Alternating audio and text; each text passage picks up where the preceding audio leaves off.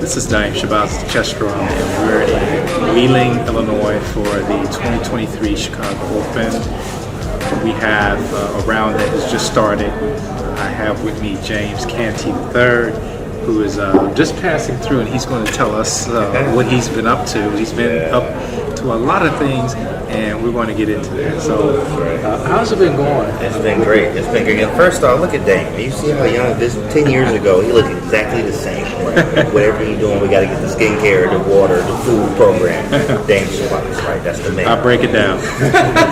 so tell us what have you been up to? Well, I'm FIDE master now, so I hit FM finally. That's a great goal for me. I hit FM now. I need to hit IM and GM. So mostly my days are commentary, chess work, study, and courses, and teaching. I'm doing everything. So for me, I mean, really mind and body. I work out a lot. So the working out for me, having the physique I have, it's discipline. A lot of work. Same thing with chess. Yeah, we couldn't tell you worked out. Just a little bit. I mean, just a little bit. But discipline, hard work, right? So there's a quote that says, how you do anything is how you do everything. So I work hard in the gym, work hard on my chess, I work hard on commentary, I work hard everywhere, right? So it's been real good for me in these last 10 years, to be honest, right? As I've been working, and now chess is pays all the bills, to say the least. Like when I was younger, I was just trying to figure out how I could pay for chess, because chess is expensive. You know, these tournaments, traveling, flights, hotel, all that stuff, right?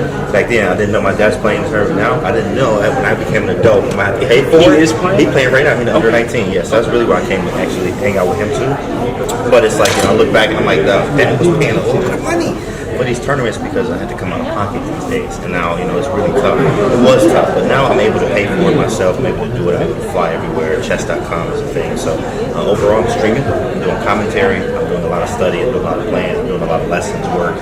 I got chessable courses that I'm working on too as well. I mean, really, I'm everywhere, bro. I'm everywhere. I learned from a millionaire, and he was like, take every opportunity that they give you. You can say no later, but just take it. So I took all say no later. You can't say no later, but I took every opportunity, and that's where I am now. So I'm one of the top commentators right now for chess.com. I'm on salary with them. I do commentary. I got a stream now. That stream is approaching about 50,000 followers now. My YouTube channel is approaching about 17,000. I have Instagram, Facebook, Twitter, TikTok, everything to go paint their chess. And you're going to tell us all of that. But just for the audience, I interviewed Jimmy Canty. He was 14 years old, so we said Jimmy. Jimmy, right? Jimmy Canty, yes, sir. But he was on the verge of becoming a master at the time. And that was a world open, I think. That was world open, yeah. And I met Eamon Chinote there. Right. Very inspiring. Exactly. And you played around the blitz with the black, yeah. So that was good. That, and so you come a long way from Detroit. That's right, bro. You came up through the ranks in Detroit. Yeah. Kind of tell us, how did you get into the streaming? Yeah, that's a great question. Streaming, Frank Johnson, believe it or not. Okay. Chess Coach Net. Yep, I spent a lot of time. In fact, he actually helped me. I always give a big shout out to Chess Coach Net as a top 5 streamer, I always say. Even though he's not as big as these other streamers, he got me into it. It's like family in a way, right? I remember actually, he brought me back to chess when I got out of the military and moved in Atlanta. I got done and I just had to work, figuring out life. 20, 21, figuring out life, 22, something like that. And I'm figuring out I want to play chess, but I gotta pay bills and I gotta do something, and I don't know what, right? So I was working for Georgia State at the time. Frank Johnson was always at the park down there. He also had an Atlanta chess club, something like that back then. But he was like, yo, you ain't playing chess? I'm like, yeah, it's not a lot of money in it, and it costs money. I don't have it, right? So I'm working. So he's like, all right, cool. Millionaire Chess. This was 2014. He's like, yo, Millionaire Chess coming up. You see it? I'm like, what the heck is a Millionaire Chess, right? He showed me the flyer, and my light bulbs went on. You saw the zeros, right? I saw them zeros. I'm like, oh my god. That kind of money is in chess right now. So then I was like, wow, I need to do this. And I remember at the time, I was working for Georgia State, and the tournament was in October, and February was when they showed me the flyer, Maurice Astley. My section was 23 under. It was going to be open section, but if you score best out of the under 2300s, which I knew I was like, oh shoot, I can go for that prize. I wasn't going for the 100K because I was like, yeah, I'm gonna have to face all these GMs. I'm just not liking it. But under 2300, that's very likely for me to score best of those, and that was $40,000. I was like, 40K, that's insane. That's a year's salary in a way for some people. So I was like, well, that's insane. So okay, I'll do it. Now I hopped in this tournament. What I said was I used to play 2K in the Xbox. I don't have one anymore because I think that was like a good discipline for me moment where I had to sell my Xbox and my TV, bro. To get into the tournament? No, to actually study, because I knew I was spending 5 hours a day playing on the Xbox, and if I wanted to win that money, there's no way I'm going to be sitting here playing 5 hours every day. And it hurt. It definitely hurt selling both of those, but I just sat down. I'd use that same 5 hours to study every day. Every day. Came down there in October, and it won 20,000. I ain't win 40. In fact, my most expensive move, I even have it on YouTube. You can check it. My most expensive game ever, $20,000 move, $20,000 game. If I would have played Knight H4 in the game, I played Rook G1, Bishop takes G1. His name's Kubao Wang. He's like an FM now too as well, strong FM. I'm not sure if he's IM yet, but very strong FM. And I played Rook G1 in this game with White. I think it was some type of Sicilian. It was like a Grand Prix. I played Rook G1. He captured, and I ended up losing that game. But if I went back and I would have played Knight H4, I would have won an extra 20,000. I remember that. But I just remember you winning money. Exactly. Remember that? I remember you winning. Yeah, definitely. I won 20,000, and that helped him. I was like, wow, chess. There is money in chess. So I started. And then shout out to Maurice Ashley for putting that together, because those are the types of opportunities that are needed now. Right. Because it's always an issue. You have to make a decision of whether to focus on chess or whether to career. Yeah, absolutely. And trying to eat. Right. Because everything is real. Everything. That's real. Yeah. Even though he had 3 of those tournaments, didn't move forward with that, but it's still a benchmark. You can look at it and say, okay, it's possible. Maybe you can tweak it a little bit and bring it back. So, correct. But certainly, I think that was really a great experiment. Yeah. And a lot of people got paid. Yeah. I even won money, and I didn't. Oh, you did? I won money. You wasn't cash. Yeah, I won money. You didn't want to say nothing. But because the prizes were deep. Yeah, they were 20 deep. Right.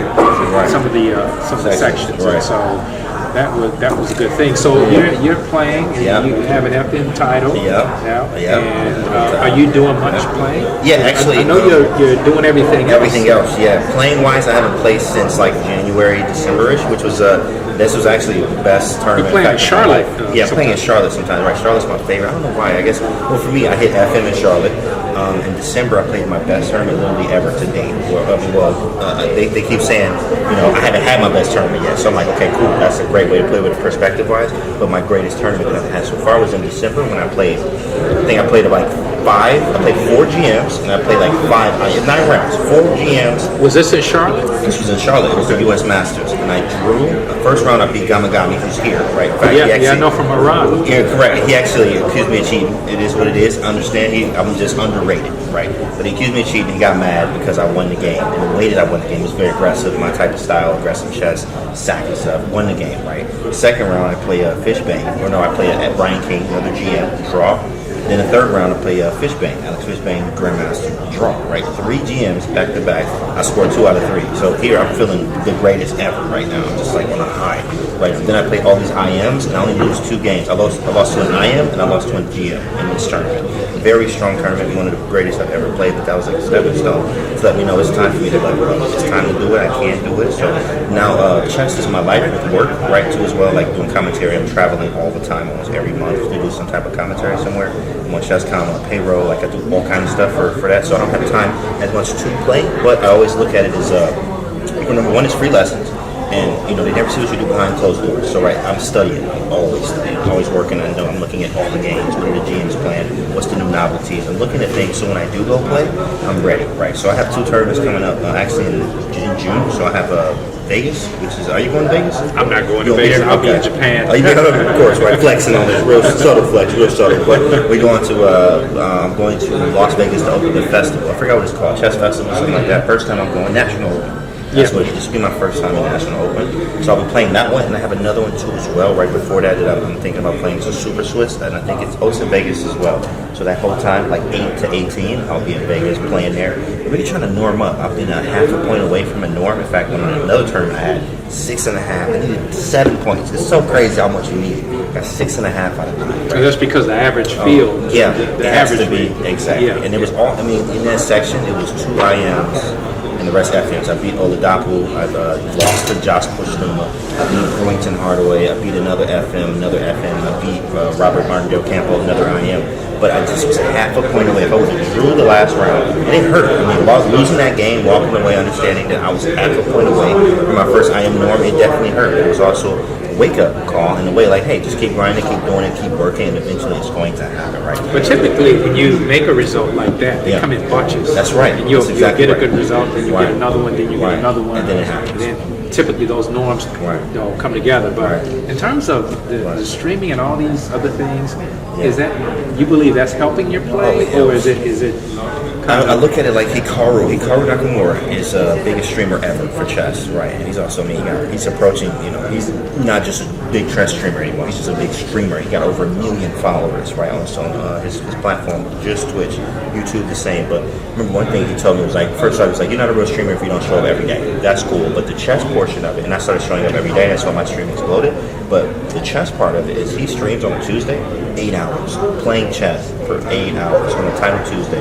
But he's also getting practice in. He's getting a lot of practice. So when you're streaming, I get a lot of practice. In fact, every day we have a structure on my stream where, like, I do 50 puzzles at least for survival. Puzzle Rush Survival is the name of it on ChessCon, if you guys are familiar with it. But it's survival. And once you get the higher you get, the harder it is. So, I do 50. I would say 50 a day keeps the doctor away. We have a thing on our channel, like 50 up, 50 down clock, right? Everybody, as soon as we hit 50, everybody's like going hype in the chat in there. But that's just 50 hard puzzles. Then I do, sometimes it takes 2 hours, sometimes it takes an hour. And if it takes 2 hours, that means I've done probably 300 puzzles sometimes trying to get to 50.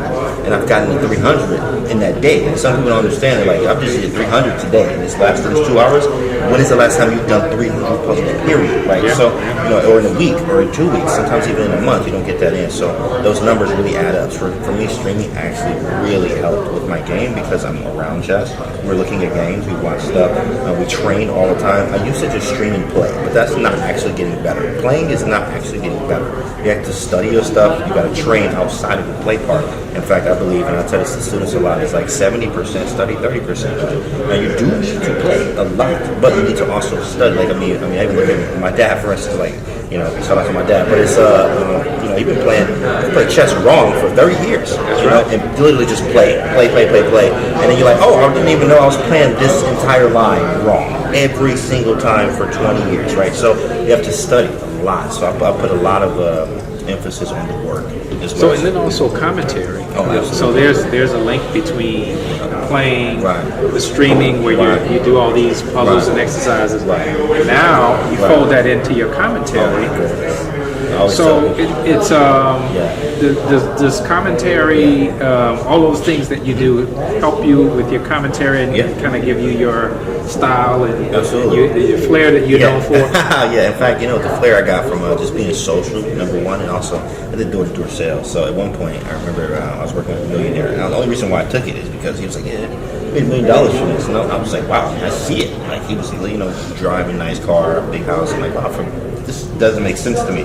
So I had to join it. And of course I stayed for a year, but he was like, is there these skills you're gonna learn here progress everywhere that you go? Or you're gonna progress here and make a lot of money. So I was like, all right, cool. So it didn't work out for me, but the skills I learned from there of being social, you have to knock on somebody's door and sell them on, we had AT&T or Energy, whatever it was, but sell them, and it had to first start with oh, how are you? You had to look at them and talk about something about them. Nice shoes, nice shirt. Hey, that's in the yard. I had to pique their interest and actually be very nice to them and spark a conversation with them out of nowhere. As soon as they opened the door, the first few seconds was very important. Start learning how to talk and be social and be fun, stuff like that. So when I started streaming, it was just easy. It was already easy. Let me ask you this question. Some of you said you just came back from Oslo, Norway. That's right. And you're going to Miami. You're doing all these things. That's right. What has been your reward? Your type of how can I say?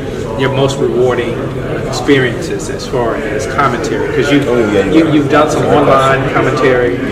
Now you're doing commentary on a larger platform. Absolutely. So, what has been some of your most The biggest part for me, actually, let me tell you this, is I was in Kazakhstan at the World Champ. Right, yeah, I saw you. But I wasn't doing commentary. I did commentary for a different event. It just happened to be at the same time at the World Championship, literally 20 minutes from my hotel. So I was there for the Sadi Zuldiz, which was the players there. I remember every morning I'm waking up having breakfast with, to my right was Kramnik. So I'm sitting here talking to Kramnik about chess and like just things that I wanted to ask him about. And next to him was Boris Gelfand. Next to Gelfand was Levon Aronian. Next to, and I always call him LeBron Aronian, right? Then you had next to him was Hype Martirosian, strong 2600 GM, young, he's like 24.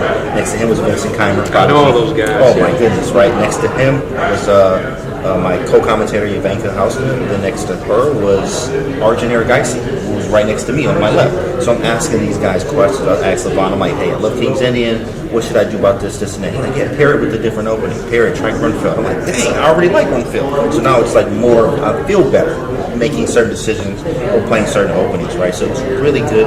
But what I learned, that's the biggest part I take away from commentary, is I get to be around these guys, and it's free lessons. I get to talk to them. Always when I'm looking at games, I'm really analyzing and trying to figure out what I would do, but also trying to understand what they are doing when they make the move, if it's different from what I'm thinking, right? So it's really good. I always say commentary is free lessons. It really is if you look at it that way. And if you're watching as a viewer, same way, try to get the most out of it. Yes, they're talking about it, or like, you want your own like insight on what's going on in that game. All these games I'm looking at, all the commentary I've done has helped my game out. So you're traveling, he's traveling and get his frequent flyer miles up, but do you get back to Detroit? Do you spend time back in Detroit, and do you work on chess programs locally there? Yeah, actually a little bit, just a little bit. Coach Fight, shout out to Coach Fight, absolutely as well. Anytime somebody has, I just saw him in Atlanta. Oh, by the way. Oh yeah, for the national stuff like that, right? No, for the HBCU Classic. HBCU. Oh, yeah, nice. he actually drove from. Wow, I didn't know that. I think they might have flown. They might have flown, yeah. It was 4 of them. Wow, that's cool. I didn't even know that Fight. Wow, that's interesting. That's very cool. Yeah, shout out to Coach Fight. So yeah, I always help with Detroit as much as I can. I'm the last Black Master coming out of, this was in 2009. I hit Master in 2009. It still hasn't been done. I want it to be broken. I want somebody to do it. So, but they just, we have to have the right criteria and this and that. Also, when it teach kids, like for instance, for me, why I'm having a later start, hitting IM and GM and stuff like that, is I was already 21 and I didn't even know. I used to call it fine. I always tell people my story. I'm like, oh yeah, what the heck is a fine rating? Nobody care about that. Fine. I used to call it fine, guys. I was a grown man calling it fine and thought USCF was the way. Until I figured out later in Detroit, they didn't tell me. No one told me. You're supposed to go to FIDE route. You're supposed to go FIDE tournaments. Everything you do should be FIDE. Yeah. So my goal a lot of times is to give back. Hey, no, go to FIDE route. If you got a choice to play FIDE, go do it. You need to get those reps in. You need to understand how serious that is. So you don't start late. Still use USCF, but you don't start so late. We're like, you're now trying to catch up later, like how I am with FIDE. So let's kind of switch gears. We both know Maurice very well. Absolutely. Maurice told me the other week that he's traveling to Africa. He's going to Africa. Nice. And I think he's doing a few countries there. And I communicate obviously with a lot of African players. There are several here that are here. And also some players from Afro-Caribbean. You just told me about that. I never heard about her. It's so nice to see. Never seen her. There are a number, and I'm actually working on finishing my first book. Third book maybe. I mean, books you got well, this is the first of a series of Black chess players. So I'm starting out in North America. You need help? Let me know. I got you. Definitely. Send me some files. But in terms of, we're looking around the tournament hall here. And we see Tani here, Brewington. So what is your impression of the future of Black chess in terms of what you see, the talent that's coming through? Because you've interacted with all of them. To be honest, it's only a matter of time before we do have a Black world champion. I want to be a part of World champion.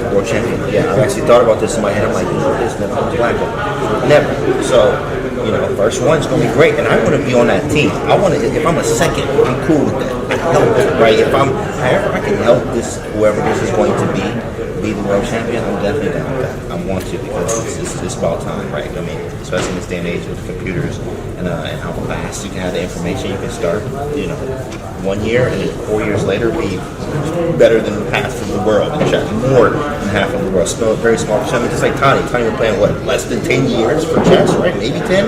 You know, I mean, he's barely 10, right? You know? Yes, but it's, you know what I mean? Right. We've been playing like 5 years or something. Yeah, 5 years. Yeah, right. Which is right. But the technology we have today is making things faster, much faster. You can do that and have this stuff growing up. So with, you know, the next 10 years from now, this stuff can be out. Stuff can be done. The neural network engines, all the new stuff that's out. All these chess kit is a huge tool.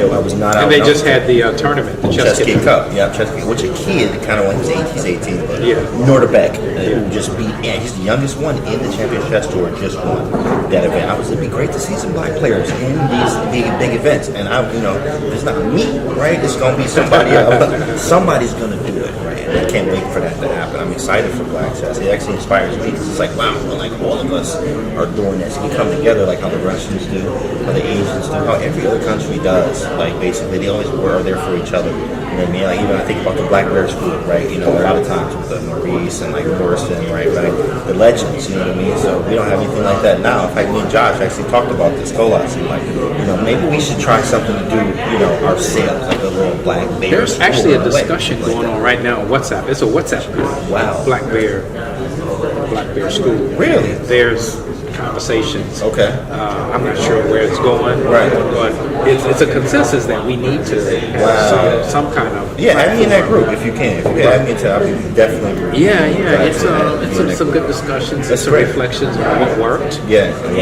But you notice, in international chess, you see the landscape has changed over the last 20 years. Right. People used to talk about Russians. Right. Russians talk about Russian chess. But now we have a world champion who's Chinese. Yep.